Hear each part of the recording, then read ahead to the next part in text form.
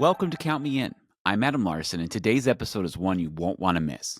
We're joined by Rob Stevens, founder of CFO Perspectives and an expert in behavioral finance, to explore how understanding human behavior can transform the way we approach financial decisions. Rob explains how behavioral finance started in personal finance, but its powerful applications in corporate finance, influencing areas like mergers and acquisitions, debt and equity management, and pricing strategies. As a leader in the field, Rob walks us through the thinking errors, biases, and heuristics that can cloud judgment, and shares practical strategies like broad framing to enhance decision making in organizations.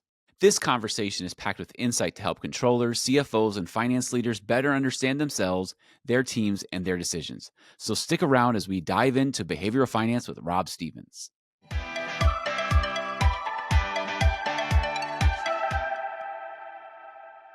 Rob, I'm really excited to have you on the podcast today.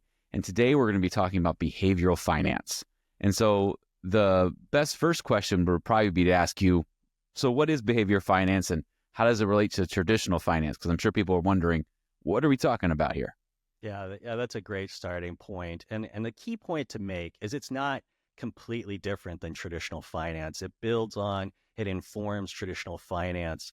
So traditional finance was very much a deductive sort of exercise of saying, what is the correct price? What should people do rationally in this situation for economics, a purchasing, an investing decision, a corporate decision, those sorts of things. What behavioral finance did is it started on the personal financial side.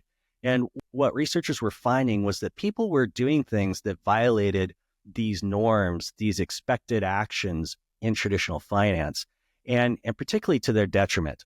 And so what behavioral finance started studying was, are there patterns to these? Do people make patterns of decisions that causes them to make poor investment decisions or poor decision management in a corporate setting, or poor decisions in how they pick retirement plans or health benefit plans or things like that? So it looked and started very much in the personal financial side, but people are people, whether they're making decisions about their personal finances or they're making decisions for their company. And so that's really been the fascinating thing for me in particular, was applying it into corporate finance. So how does it impact mergers and acquisitions? How does it impact dividend policy? How does it impact the capital stack, the cap stack of debt versus equity decisions? Or how do we choose projects, and are there flaws in how we run the analysis on choosing projects, on pricing, and many other applications of it? So what you're saying makes a lot of sense, but why should controllers or CFOs or your corporate finance staff, why should they really care about it? Yeah, this is, like I said, I think there's been so much found in the personal financial area and it's been well explored. And I think the next area of great exploration of this and application of this is in corporate finance. And so I think it has a ton of applicability to FP&A, CFOs, corporate finance staff, things like that. So what are we talking about? Well, one, if you're a company and you're selling to consumers, you have to understand consumer psychology. And that's where a lot of pricing psychology happens, and understanding how to set reference prices and discounts to those reference prices and how that drives consumer behavior. So it has an application on the sales side actually there. But also a lot of times, I know I've been the chair of a pricing committee, and that impacts the pricing decisions and how to set pricing for products. The other is debt and equity, and that's very much the wheelhouse of CFOs, because overconfidence, excessive optimism, and things like that can cause companies to take on too much debt. And that partly comes from the perception that the equity in the market's not being valued correctly. So you don't want to issue equity. You rely too much on debt. You become cash constrained, and that can make you more vulnerable for bankruptcy.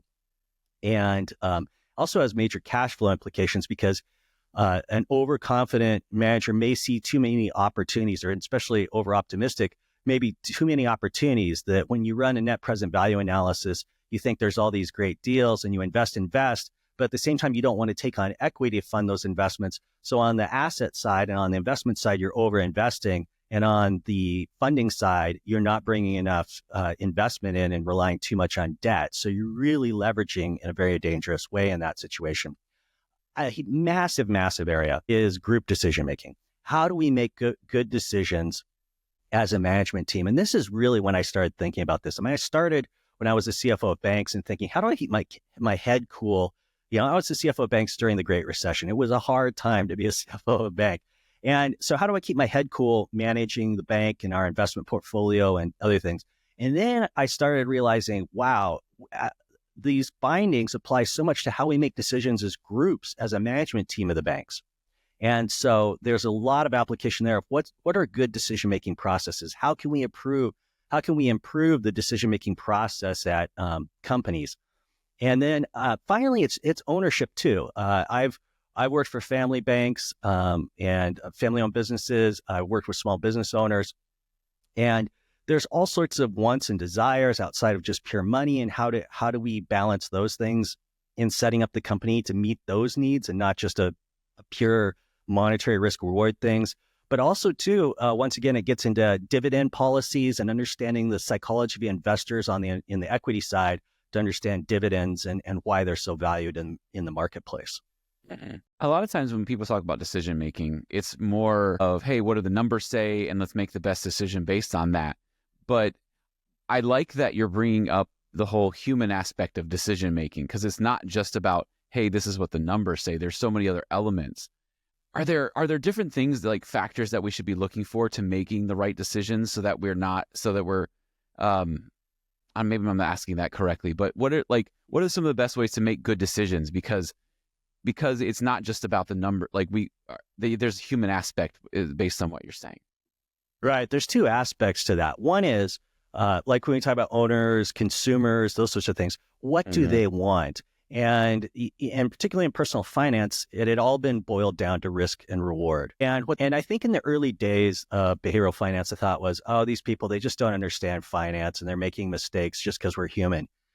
And I think Meyer Statman really advanced the concepts in behavioral finance 2.0, saying, no, we are people and we want things beyond just money. Like we buy products because of what they say about us or things that we believe in. Where investors want to invest in certain things because it's their company, it's their country, it's a local area or something like that. So there's all sorts of utility, and we get all the way back to the economic concept of utility, and it's so much broader than pure money many times. And so, yeah, that's one part of it. Another part too is even in companies like I talked about ownership, there are many things, particularly when you work with a family-owned company, when you work with just a few in a small company with just a few owners or something like that. I mean, they made these companies. I made my company for reasons far beyond the numbers. And so to understand that and understand all the desires and wants of those people is the behavioral finance thing. And that actually gets into other parts, which is financial therapy and some other things like that. But the other part of that is the decision-making process. So let's just go back and say, we're just trying to make a good decisions, even if it is just about the numbers. Now, what's fascinating is good decisions aren't about the analysis. And one of the greatest books ever, my favorite book of applying behavioral finance to a corporate finance situations is Olivier Siboney's book, You're About to Make a Terrible Mistake. It's absolutely incredible and summarizes so much of what's been found in the corporate area for decision-making. So let's talk about that in corporate decision-making with behavioral finance. The key thing for groups is to not to come to agreement too quickly around one area, because it's so easy once a leader, a CEO or something starts to lean a little bit one way, suddenly everyone just falls in line. So what's really important, and particularly for the leader, is to encourage divergent viewpoints and additional options. We really need to see what are all the options we have, and we really need to challenge once we start to lean a certain way. So there are ways to do that. One is the pre-mortem, and that's where the leader says, okay, we're leaning towards a decision. Let's do a thought experiment. Let's say we did this, and then somewhere down the road, 5, 10 years from now, 3 years from now, it was a complete disaster. Why was it a disaster? So suddenly, instead of thinking of ways, everyone's thinking of ways to justify and come to a quick conclusion, or just naturally your mind starts to filter out negative thoughts about it and just starts to think of positive thoughts of why you should do something. You're really starting to stretch yourself and say, am I missing anything? And so you're starting to think of the other side. If nothing else, it helps increase your sensitivity analysis, your risk mitigation of the situation, and really rounds out even if you rounds out the situation, even if you choose to go a certain path, you understand so many more of the implications, and either you have alternate plans ready, you have risk mitigation you put into place, you have other things. If you don't do that, another option is a devil's advocate or red team. A devil's advocate's one person, a red team's a team whose job is to basically advocate for the opposite side of where the room is leading. And they're tasked with that. So that kind of takes away some of the office politics of the naysayer or something is shooting down. There's a lot of pressure to not be the squeaky wheel. There's a lot of pressure to not be the naysayer. So this is where they're tasked with literally by the leadership or by the group to, really we need to reintroduce debate and thought and structure ourselves as a room. And so you have to take the other side. Some other ideas are when ideas come up for a budget, you need to put out more than just a yes/no option, not just like, here's my budget, up or down vote, or here's my plan. And a great way to do that, zero-based budgeting and decision packets. And they do those things to present multiple options, or that when someone presents something, they can't just present an option for an up or down vote. They have to present multiple options. That improves the decision-making process and makes it better. Another great one in decision-making too is what they call broad framing versus narrow framing. Mm-hmm. And that's particularly great for budgeting and processes too, or cost estimation and project management. And that's where you think, okay, we've got this massive CapEx situation, some big capital expenditure we want to do. And so what's the probability we're going to get it done on time? What's the probability it's going to come in on budget? And what we know, like looking at large construction projects or corporate projects, is that they are horrible at coming in on time and on budget. And why does that happen? Well, a lot of times we start with, what do we think we're going to spend on this? When do we think we're going to finish this? And a much better way is to look outside of yourself, and look at the broader things, either in the past of the company or outside of the company, and say, how long has it taken our competitors to do this? How long has it taken, how much does it cost others to do this? Is there any reason that we think we're going to be so much faster than them or so much cheaper than them to pull this off? And so it's a way to, once again, stretch your boundaries on the possible of the whatever scenario your project or budget you're planning on. I think you've given some great examples, especially when it comes to decision making. What if somebody's listening to this and they're reflecting on what you're saying, and they're saying, well, we don't have any decision making, like we don't have any errors in how our decision making process. A lot of times we can be blind if it's not revealed to us. How do we get from being blind to it to kind of being on the path to having better communication and openness when we're making these decisions, like you were just describing? Right. One of my favorite stories comes from Siboney's book, and it talks about the anti-investment wall or something like that. And it's a company, it's a VC company, I think, that puts up the list of the investments they didn't make that turned out to be winners. So sometimes it's the thing you didn't do that goes the right way. Now, a company like that can look at their lost opportunities. More often than not, it's being humble and remembering the times you did something as a company and it didn't work.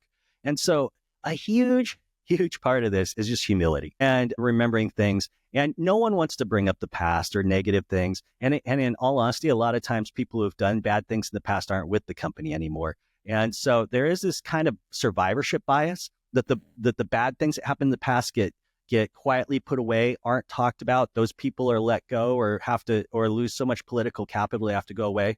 So the first thing is the honesty that we are human. And we've made mistakes. We will continue to make mistakes and those sorts of things. I think the next step then is, because we're human, that gets into what we talk about as biases and heuristics. Now, heuristics are rules of thumb. They're simple ways of doing things. A classic is, how do we value things? Like when I worked in banking, it was 1.5 times book is a good value for for selling the bank or buying a bank, or 2 times book is a good. So it's these quick rules of thumbs we use to make quick decisions, or to maybe evaluate quickly the potential of a decision or an opportunity or something like that. But there are times when, biases are patterns of action. And particularly when we talk in behavioral finance, they're patterns of action we take that are detrimental to us, that we agree too quickly in decisions, that we're overconfident, that we're overly optimistic about the future, that we are subject to what's called confirmation bias. And I think this gets directly to your point too, is in confirmation bias, we're constantly filtering information, but confirmation bias talks specifically that we apply 2 different questions when we're presented with information. If it's information that we agree with, we subconsciously ask, can I believe this? It's a fairly low bar to clear, versus the question we ask and filter out information when we don't when it challenges what we believe. And in those cases, we say, must I believe this? This is challenging my belief. And so I'm going to set the wall much higher.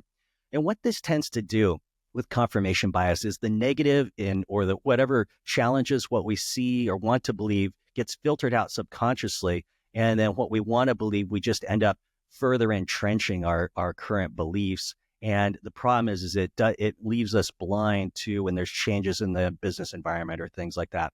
So there's all sorts of these biases and heuristics. I could go on, and believe me, my students, they have to listen to a whole, I call it the forced march through the biases and heuristics. There's dozens of these things. So just becoming aware of all these common thinking errors of us as humans is a good starting point.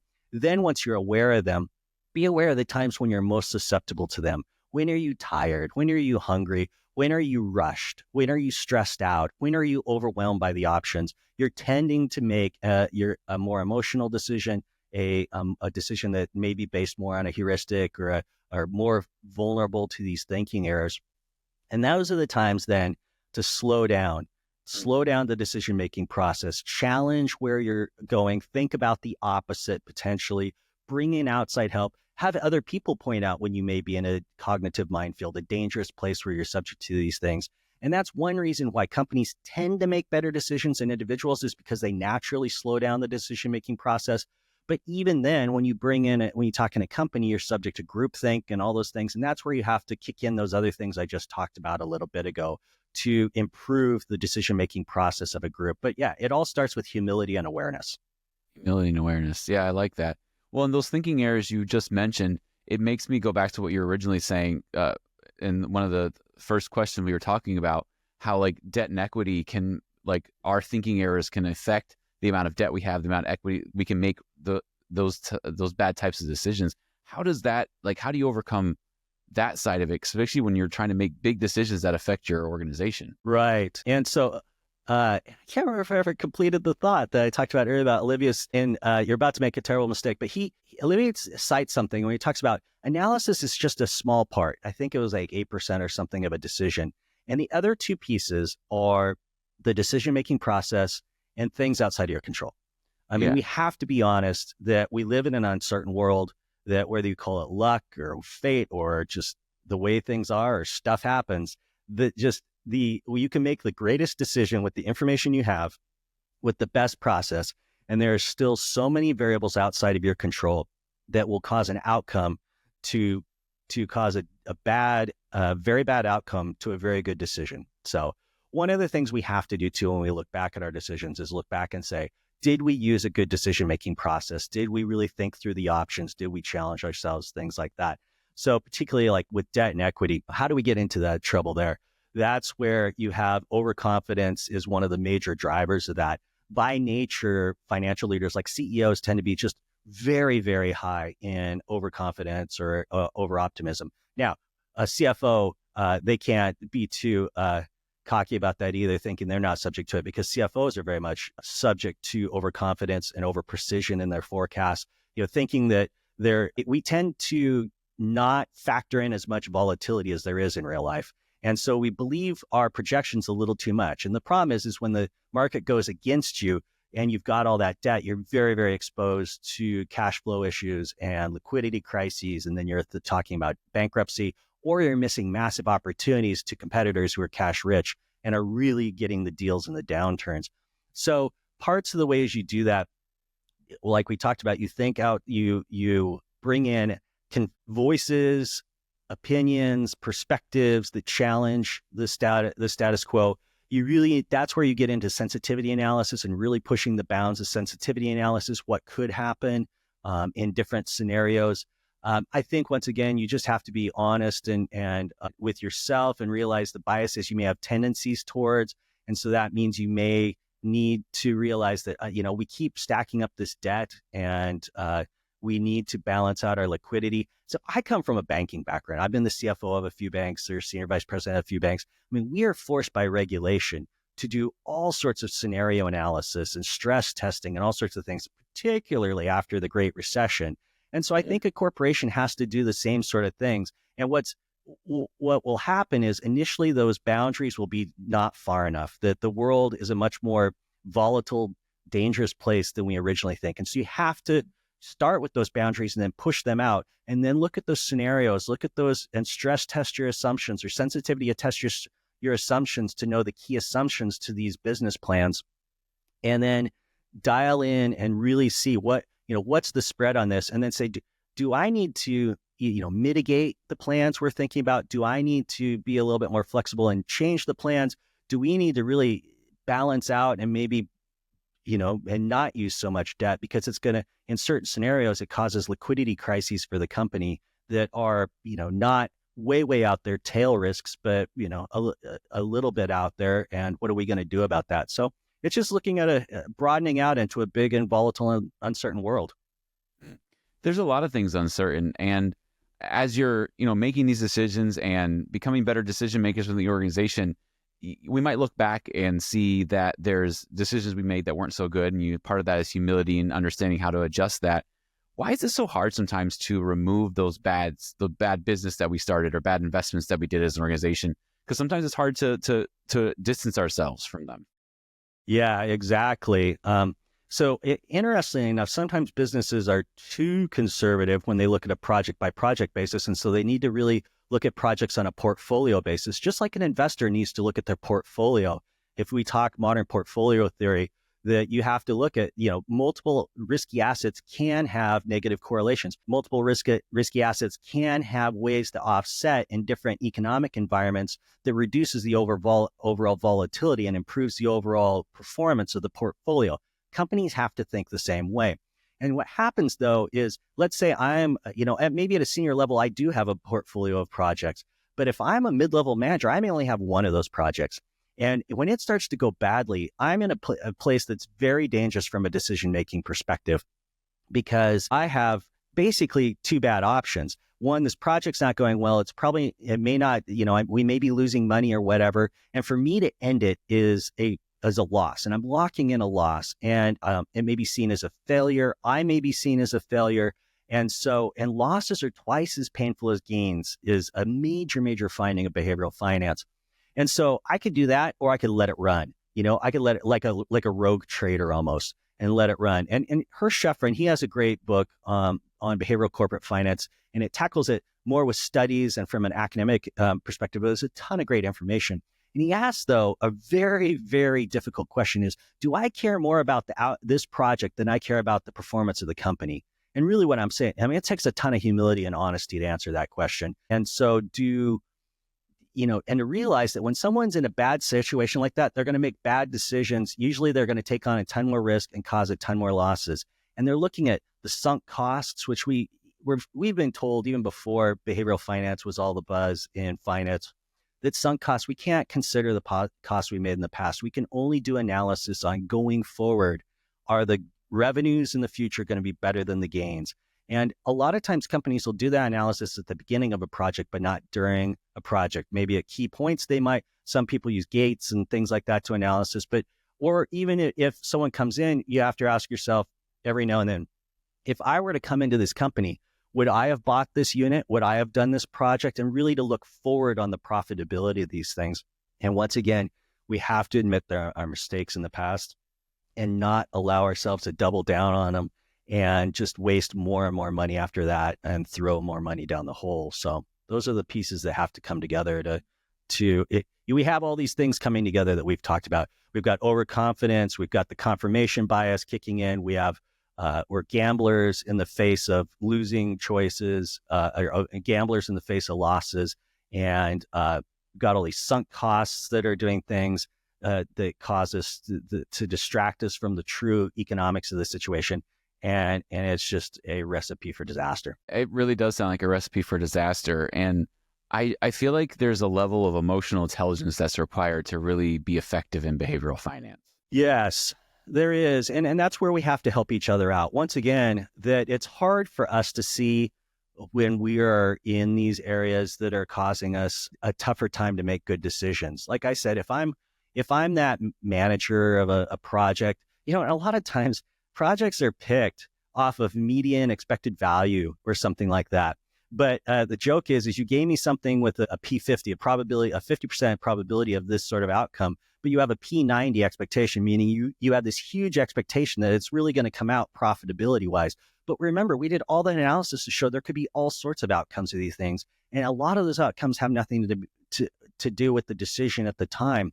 And so one way we can go back is we can say, what did we know when we make that decision, when we all made that decision? And that's, so many times people skip over the assumptions of an analysis, but that's really the context with when that decision was made. And that's really the context with which that decision has to be evaluated, not by the outcomes, but what did we know at the time? Because there's another bias called hindsight bias, or which is also called the I knew it all along bias, which is, people can look at the outcomes and say, of course, that was a stupid idea. How could you be so stupid? Those sorts of things.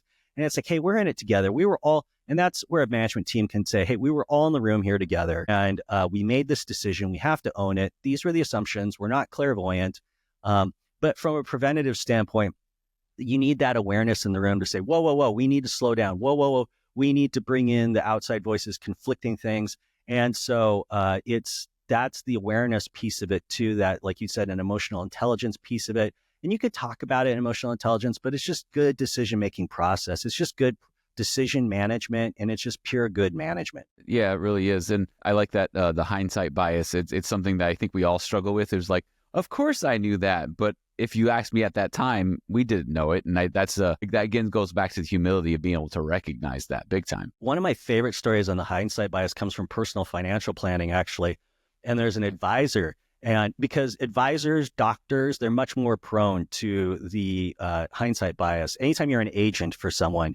And so that's why doctors will do tons of tests and do too many testings, because they're trying to protect themselves from these negative outcomes. And well, once again, I was a CFO of a medical clinic system too, and I've audited investment or insurance companies. And so just another area that really gets to me is this waste because of trying to protect yourself from the hindsight bias. But my favorite example of how this advisor protects themselves is at the beginning of the year, they have the client say, okay, where do you think the economy is going to be here, or rates or so, and so instead of the advisor saying, okay, let's talk about what your allocations are and your risk levels. And then a year later you come back, and if things went bad, the client says, you're such an idiot, everyone knew.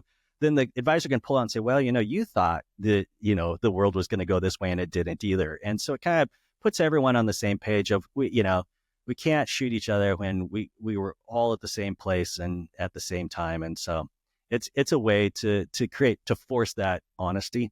So, yeah, I like that. That's a really good example. So, we've covered a lot of things today.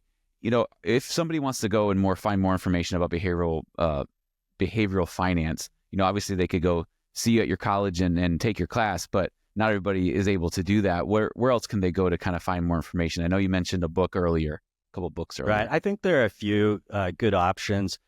One is anyone can take my course through IMA. And so, thank you for hosting my courses. And I have a behavioral finance course in IMA. I was shocked when I released that course to CPE sites. I teach it at Gonzaga, and it's gotten great reception there, but it gets the greatest reviews from CPAs who you would think would be who get a lot of flack, or from CMAs who get a lot of flack for maybe not being high on the emotional intelligence spectrum. But they love it. They love this topic. It is so applicable. It's so practical. So you could do that and take the course. I mentioned 2 books along the way that are exceptional and are very, very accessible. And the first is Olivier Siboney's book, You're About to Make a Terrible Mistake. Just an absolutely great book about applying in very practical ways of behavioral finance to corporate finance and corporate decision making. And what I love about the book is he really respects these decision makers and understands that they're doing the best they can. They're not idiots. It's easy to think, oh, these were just crazy people making bad decisions in these companies. No, they're very smart people, very good business people, and they're just human like the rest of us. And that just points that we're all prone to these mistakes. The third option would be Hirsch Sheffrin's book, Behavioral Corporate Finance. That's actually built for teaching to classes. It's a bit more of an academic, but it's tons of great studies and tons of great application to business finance, and particularly to corporate finance in the like debt and equity issuance, CapEx sort of things, and lots of great information there too. All right. Well, look for links to all those in the show notes for today's show. And Rob, we thank you so much for coming on the podcast today. Thank you, Adam. This has been Count Me In, IMA's podcast, providing you with the latest perspectives of thought leaders from the accounting and finance profession. If you like what you heard and you'd like to be counted in for more relevant accounting and finance education, visit IMA's website at www.imanet.org.